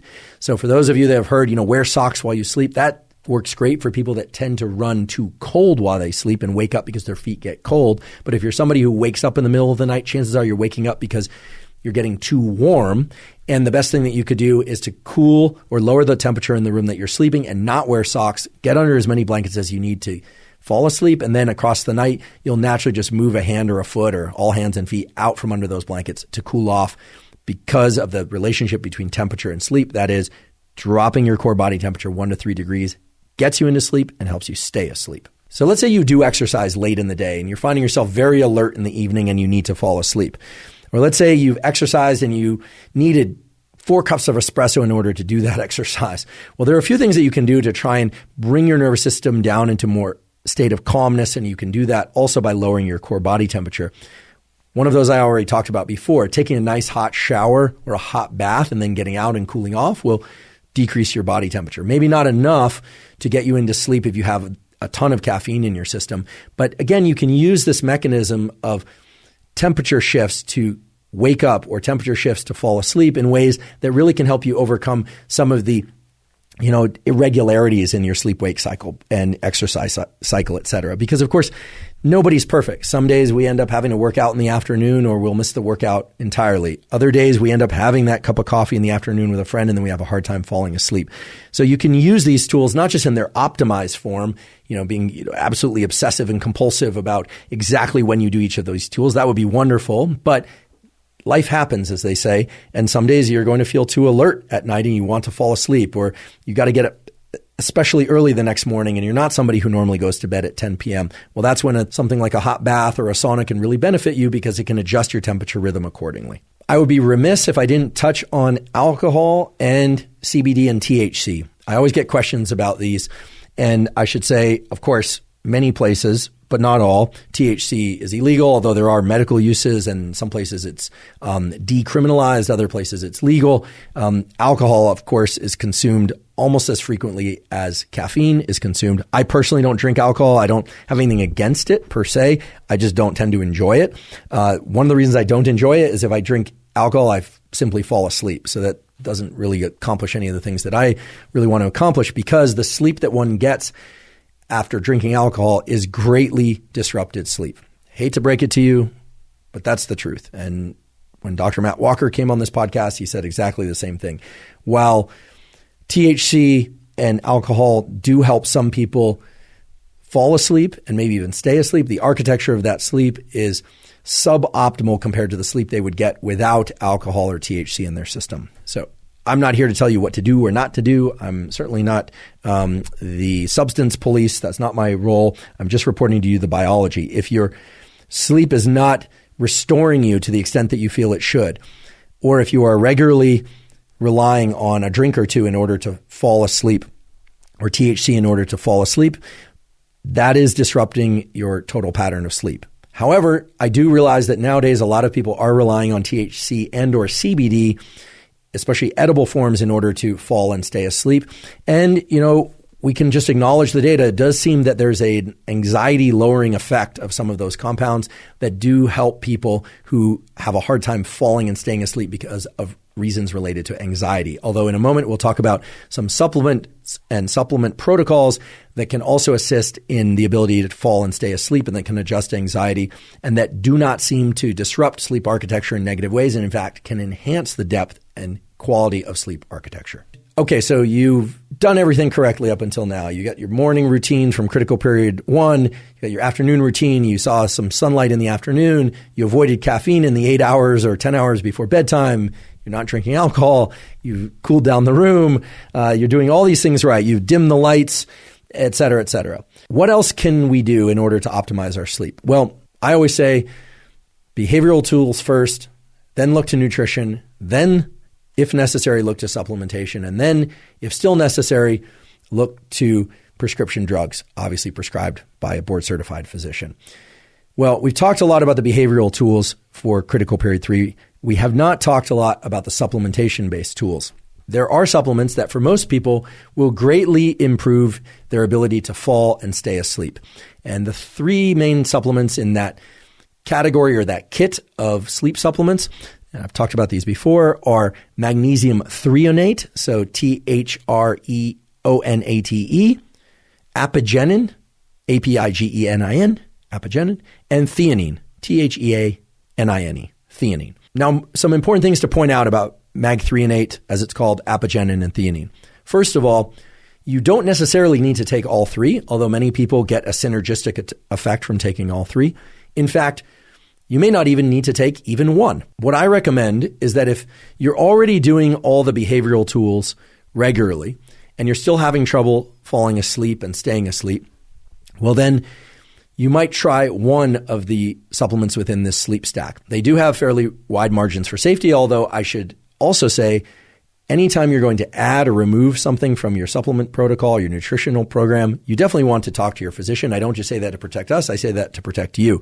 But for most people, the margins of safety on these things are going to be pretty broad. A couple of notes about dosages. For some people, the dosages of any one or several of the supplements I mentioned will be 0. That is, you won't need them in order to get and stay asleep most nights of your life. That's terrific if you don't need them.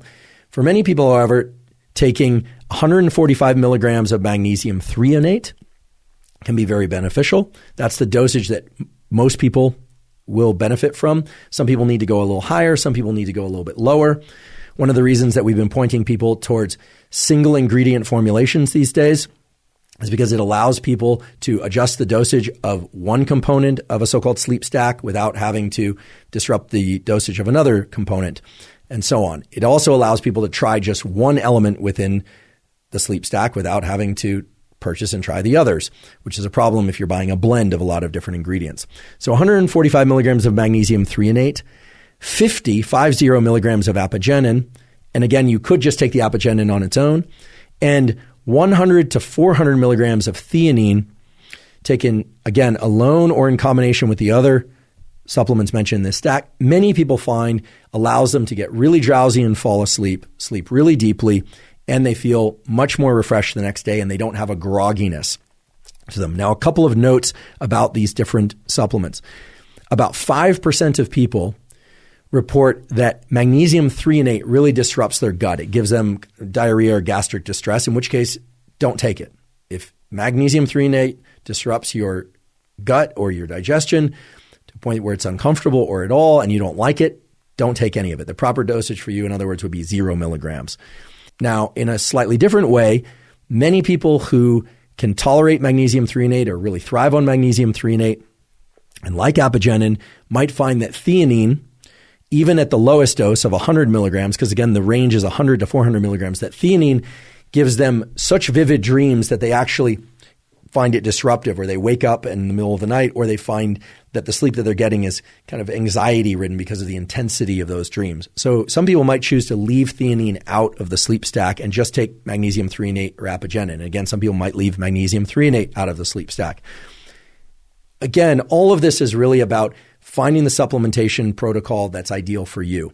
I should mention that whether or not you're taking 1 or 2 or 3 of the components of the sleep stack, the ideal time to take those is 30 to 60 minutes before bedtime, especially if you haven't had anything to eat for the 3 hours or so before bedtime. I confess that oftentimes I'll have a little bit of a snack late in the evening, some berries or something. I try not to eat too close to bedtime, but some evenings, just because of work schedule, I'll get home late, it'll be 9 p.m., and I'll eat a big meal, and then I'll take the sleep stack and fall asleep. Every once in a while, that just so happens. Nobody's perfect. Certainly, I'm not. But that sleep stack can be very beneficial, and I do think that it's preferable to melatonin. Here's the reason. First of all, melatonin is a hormone that you endogenously make. You now know a lot about melatonin and its control by light, meaning light inhibits it or eliminates it. Darkness promotes it.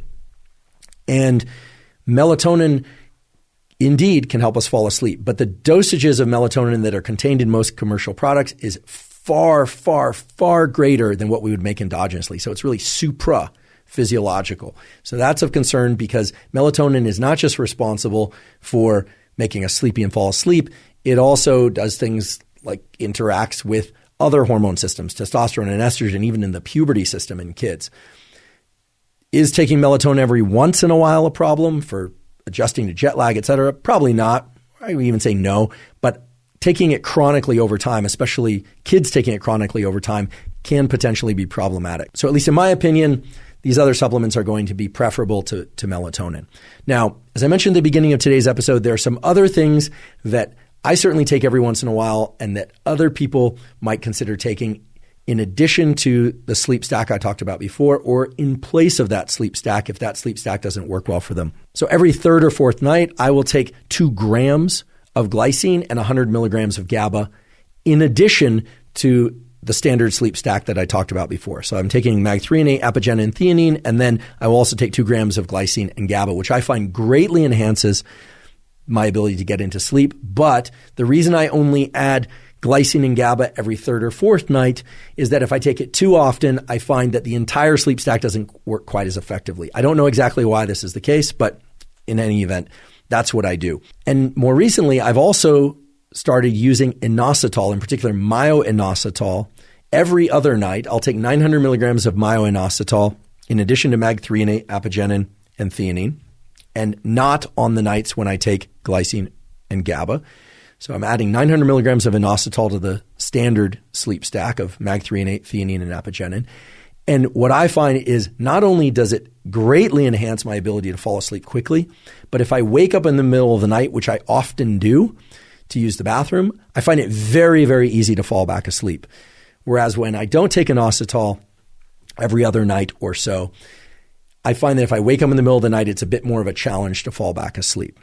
So inositol has a number of different uses that have been discussed in terms of mental health and in terms of adjusting anxiety for its daytime use. What I'm talking about is taking 900 milligrams of Myo-Inositol also 30 to 60 minutes before sleep, along with the standard sleep stack. And I found that to be immensely beneficial. I also noticed that it has a pretty long tail of anxiety suppression throughout the day.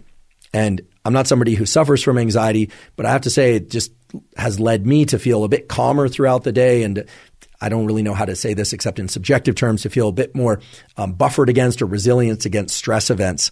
And if you look at the literature on inositol and its interactions with the serotonin system and other systems, that all makes sense as to why that would be the case. So we will provide links to our so-called Sleep Kit, which is part of our Neural Network newsletter. It's a zero-cost newsletter where you can access this information about supplements and other behavioral tools for sleep in list form.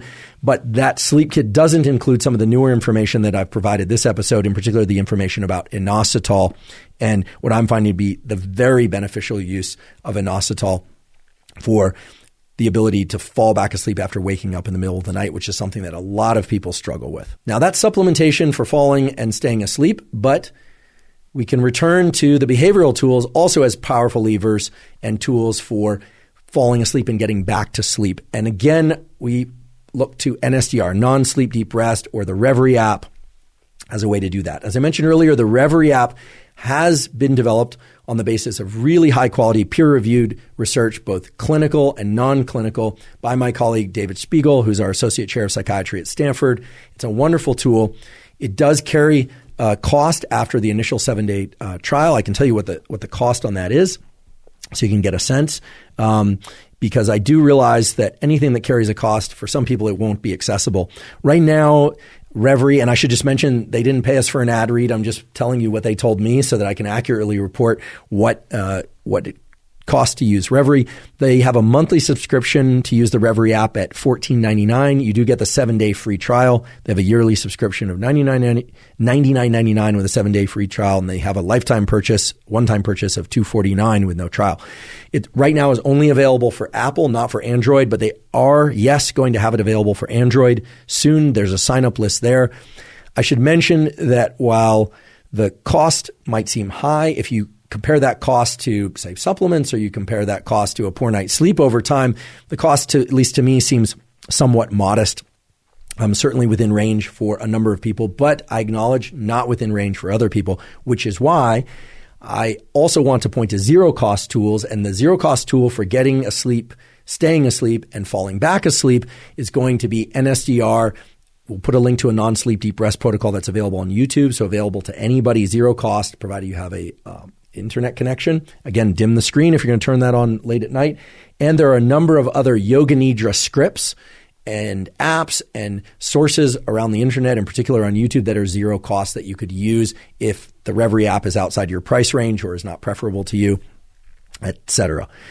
When I wake up in the middle of the night, it's usually to use the restroom. I'll go use the restroom. I'll keep the lights as dim as possible. I'll get back into bed, and if I find that it's easy to fall asleep, great, I'm asleep. And if not, then I will generally plug in the Reveri app. They have a fallback asleep hypnosis, and 99 times out of 100, I'm back asleep within minutes, and I don't wake up until morning.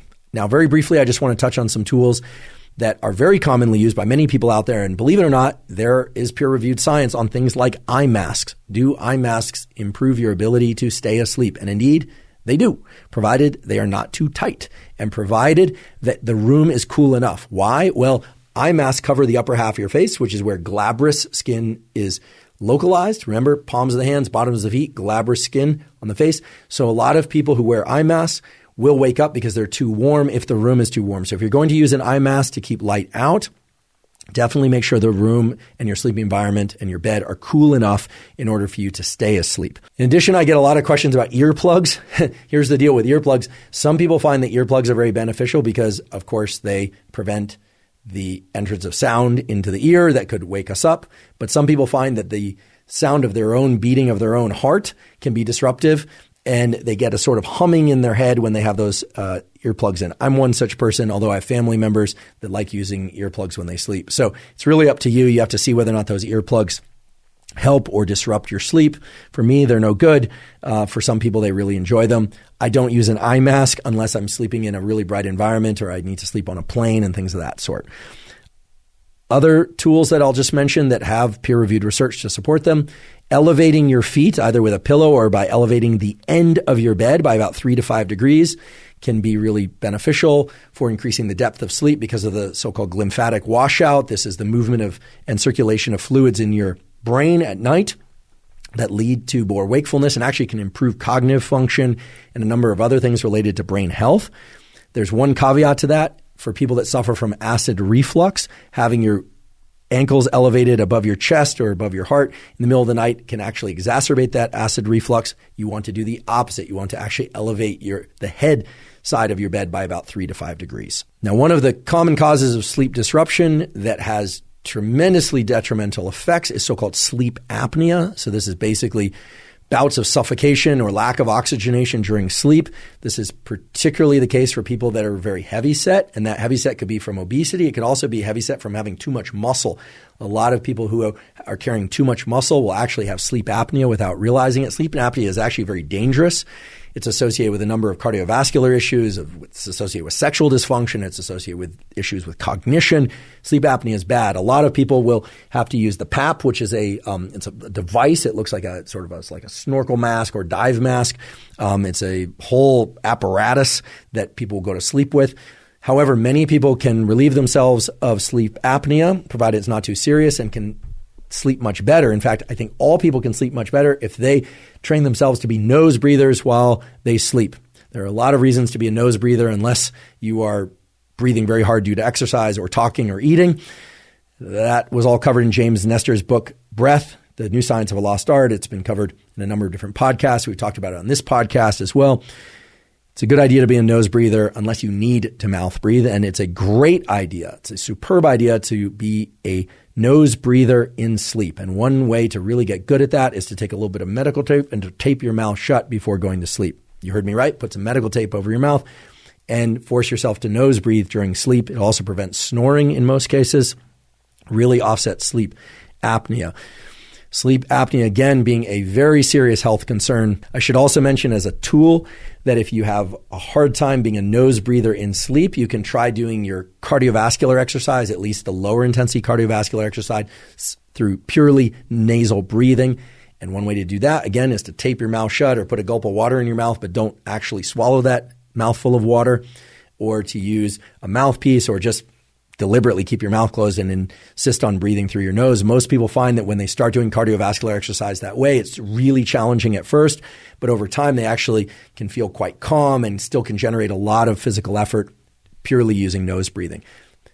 The reason that doing nose breathing during cardiovascular exercise translates to being a nose breather during sleep is that your sinuses actually can dilate. They're plastic, and over time, plastic meaning they're malleable, that is, and they can become wider. You're not going to get giant nostrils. Don't worry about it. Your airways within your skull, because that's what the sinuses really are, these little passages within the skull, and of course within the nasal passages, will dilate and will allow you to breathe more easily through your nose. But for those of you that are waking up in the middle of the night breathing on your back, or your partner is telling you that, or other people are telling you that, or you're that person on the plane with your mouth hanging open and drooling and your mouth breathing, terrible, terrible, terrible for health reasons and other reasons.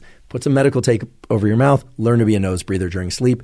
Your sleep will improve, and your daytime feelings of wakefulness and focus will improve. Your cardiovascular health will improve, and on and on and on. So now we've largely covered the tools that one could use to get and stay asleep. And we talked about exercise. We talked about temperature. We talked about supplements, and we talked about, of course, keeping the sleeping environment both cool and as dark as possible. I do want to mention a couple of broad contour tools that will impact your ability to sleep really well on a consistent basis. And the one that impacts the most number of people is weekends. Turns out that most everybody feels the impulse to sleep in on the weekend, especially if they've been out late the night before. However, the data show that keeping relatively consistent sleep and wake times is really going to enhance the quality and depth of your sleep. So if you stay out late one night, Sure, you might allow yourself to sleep in an extra hour or so, but you should really try to avoid sleeping in longer than an hour beyond your normal wake-up time. That's right. If you normally get 8 hours of sleep and you wake up at 7 a.m., probably okay to wake up at 8 a.m. on the weekend or after a night out the night before, but try not to sleep until 11 or noon thinking that you're going to catch up on your sleep or that's better than waking up at a consistent time. It would be better to wake up at a consistent time, plus or minus an hour, and get a nap in the afternoon, provided that nap, again, isn't too long. And the other tool that relates to nights that you stayed out too late or that you feel like you want to sleep in a bit more in the morning is if you are going to wake up at your consistent time. So, for example, normally you go to bed at 10 and you wake up at 6. Let's say that's your schedule. And you end up staying up late one night until midnight or 1 for whatever reason. And the next morning you wake up at 7 and you're still groggy.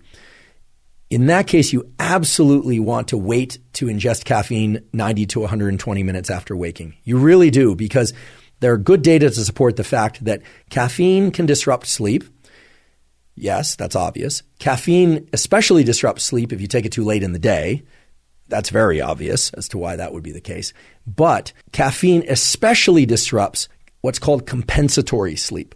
So if you start changing your waking time and your to sleep time and you start using additional caffeine to offset the sleepiness that you're experiencing because of those late nights out, well, that's when you really start to disrupt not just your nighttime sleep, but your daytime compensatory sleep. So those naps, you also are disrupting the total architecture of sleep in the early morning hours. There's a lot of great science that's been put to this, or that's emerged from this, I should say.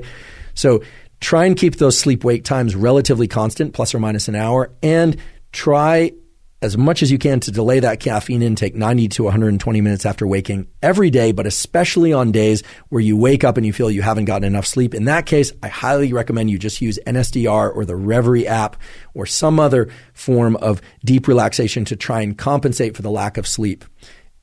Knowing, of course, that there's no complete compensation for lack of sleep. There are just things that we can do to partially offset lack of sleep. Now, a couple of final points and additional tools that I think are going to be useful to everybody, in particular people who have young children or are following a shift work schedule or who are experiencing jet lag. Keep in mind, jet lag can be due to travel, which is obvious, but jet lag can also be due to getting woken up in the middle of the night, right? Your body doesn't know the difference between flying to a new time zone and getting woken up in the middle of the night. The tool that I'd like to offer you is an understanding of something called temperature minimum. And I'm going to make this as simple as possible, and I'm confident that everyone can understand this, even if you don't have any science background. Here's the question you need to ask yourself. What is your typical wake-up time? Okay, what's your typical wake-up time? If for you, your typical wake-up time is 7 a.m. plus or minus half an hour, and that could be 7 a.m. because you set an alarm clock, or it could be 7 a.m. because you naturally wake up at 7 a.m. Doesn't matter. If your typical wake-up time most days is 7 a.m., well, then your temperature minimum is 5 a.m. That's right. Your temperature minimum is not a temperature. It's a time within your 24-hour cycle. Approximately 2 hours before your typical wake-up time, your body is at its lowest temperature that it will ever be in the 24-hour cycle. That's why it's called your temperature minimum. Here's what you need to know about your temperature minimum. If you view bright light, exercise, or drink caffeine, or all of the above in the 2 to 4 hours before your temperature minimum, that will delay your clock. What that means when I say delay your clock is it will make you want to go to sleep later and wake up later the next night. Okay, so let's run this exercise for you, the person waking up at 7 a.m. on a regular basis. I can predict with almost certainty that your body is going to be at its lowest temperature at 5 a.m. So what that means is that if you get up at 3 a.m. or at 4 a.m. and you flip on bright lights in your house or in your bathroom, or you have a cup of coffee, or you do any kind of exercise, or you get up and head to the airport, the mechanisms in your brain and body that control timing of sleep and timing of waking will shift. They will delay. It's as if you put your clock on hold for a little while and then let it start again. Okay, that's the simplest way I can describe it. And you will tend to want to go to sleep later and wake up later the following night. Now, the opposite is true if you view bright light, drink caffeine, or exercise, or socialize, I should say, in the hours immediately after your temperature minimum. So for you, in this example, the person who's waking up at 7 a.m., your temperature minimum is 5 a.m.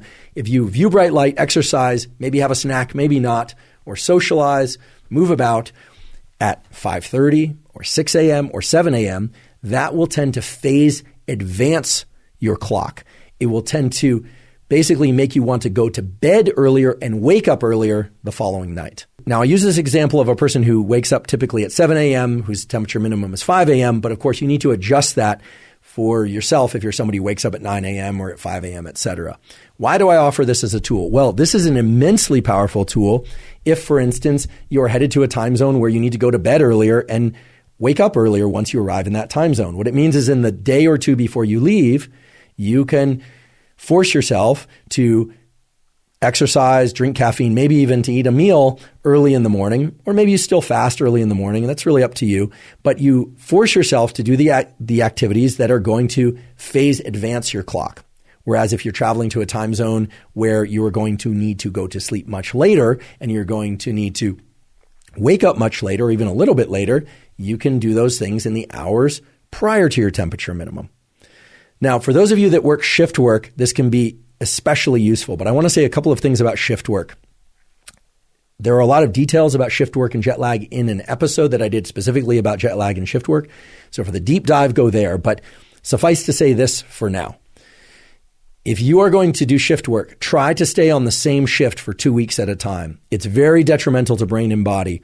It can even be horrifically challenging for your brain and body in a number of ways if you are switching on the so-called swing shift. You're working 3 days the night shift, 3 days the day shift, 3 days the night shift, 3 days. Try and stay on the same schedule as much as possible. And I should say for everybody, people who are jet lagged and engaged in shift work or not, but just for everybody, if you need to be awake in the middle of your sleep cycle, and it's not just a quick departure to the bathroom and back to bed, but you really need to be awake. You're feeding a baby, or you're taking care of a loved one, or you need to do something that's critical, or you need to work. If possible, use red light. Okay. Now, for shift workers who really are trying to stay awake all night and sleep all day, this is not going to be ideal. But for people that, for instance, need to stay up really late one night or wake up especially early, like 3 a.m. to prepare for an exam that you're just not ready for, or to head to the airport, etc., using red light has been shown to allow people to be awake enough that, and obviously see what they need to see in order to perform their activity safely, but it does not seem to disrupt the cortisol rhythm that is the healthy, normal cortisol rhythm. Now, I realize this is kind of an advanced tool, and many people won't have access to this. There are a number of different sources for red lights now. Companies like Juve or Cozy Light. These are different brands. I don't have any affiliation to any of these brands, I should say. There are a number of different red light bulb sources out there and commercial sources that you can explore if you want. But understanding this temperature minimum is really powerful because it allows you to adjust your schedule depending on travel, depending on changing work schedules or school schedules. And if you're not a morning person, you can use the tools related to temperature minimum to really become a morning person over time. And it actually is pretty easy. And I talked about this in a previous episode, but I'll just mention that there have been shown to be important positive effects on cognition, on even grip strength and physical performance for people that are early morning risers. And that's especially true for night owls that deliberately shift themselves to become early risers. Okay, so that's a lot of information and a lot of tools. And I suppose the one set of tools that I really didn't drill into too deeply, the ones related to jet lag and shift work. And again, please check out the episode on jet lag and shift work if that's relevant to you.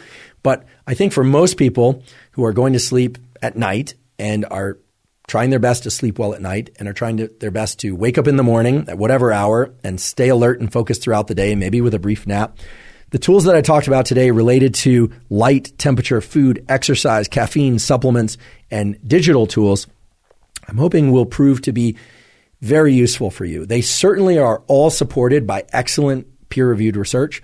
And I should just emphasize again that most of the tools we talked about are completely zero cost. So while the supplements and some of the digital tools do carry some cost to them, I really want to encourage everybody to get your behaviors right.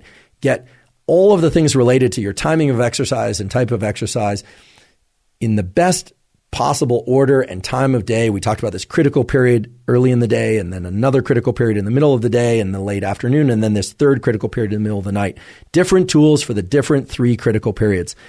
I promise that if you start to implement some, or ideally all of these tools, the quality of your sleep will increase tremendously. And of course, in doing so, the quality of your daytime alertness and your ability to focus will improve tremendously. Again, sleep is the absolute foundation of your mental health, your physical health, and your performance in all endeavors. So if there's one area of your life to really focus on and try and optimize, if your goal is to be happier and more productive and just have a better life overall, I can confidently say that sleep is really the thing to optimize. If you're learning from and or enjoying this podcast, please subscribe to our YouTube channel. That's a terrific zero-cost way to support us. We also now have a Clips channel. It's Huberman Lab Clips. Please subscribe to our Clips channel for short outtakes from podcast episodes. Please also subscribe to the podcast on Spotify and Apple. And on both Spotify and Apple, you can leave us up to a 5-star review. If you have questions about the content of these podcasts, or you have suggestions about topics you'd like us to cover or guests you'd like us to invite on the Huberman Lab podcast, please put all that in the comments section on YouTube. We do read all those comments. In addition, please check out the sponsors mentioned at the beginning of today's podcast. That's the best way to support this podcast. During today's podcast and on many previous episodes of the Huberman Lab podcast, we talked about supplements. While supplements aren't necessary for everybody, many people derive tremendous benefit from them for things like sleep and focus and hormone support and so forth. For reasons mentioned at the beginning of the episode, we are now partnered with Momentous Supplements. If you go to livemomentous.com/Huberman, you'll see many of the supplements described on today's and other episodes of the Huberman Lab podcast. Again, all as single ingredient formulations. They ship internationally. Their quality is exceedingly high.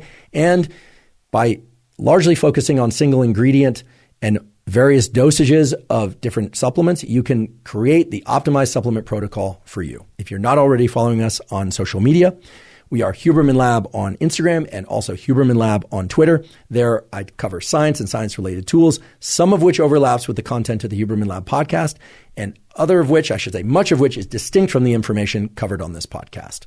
If you're interested in obtaining protocols or summaries from these podcasts, you can get those completely free of cost by going to hubermanlab.com, go to the menu at hubermanlab.com, go to the Neural Network newsletter. You simply provide us your email, and you'll get the Neural Network newsletter for free each month. You can also find previous newsletters there at hubermanlab.com. For instance, Toolkit for Sleep or Deliberate Cold Exposure and so on and so forth. Again, we don't share your email with anybody, so our privacy policy is made very clear there, and it's completely zero cost. So thank you for joining me today for our discussion about tools for optimizing sleep. And in doing so, tools for optimizing not just sleep, but your daytime feelings of alertness and focus and your overall health. And last, but certainly not least, thank you for your interest in science.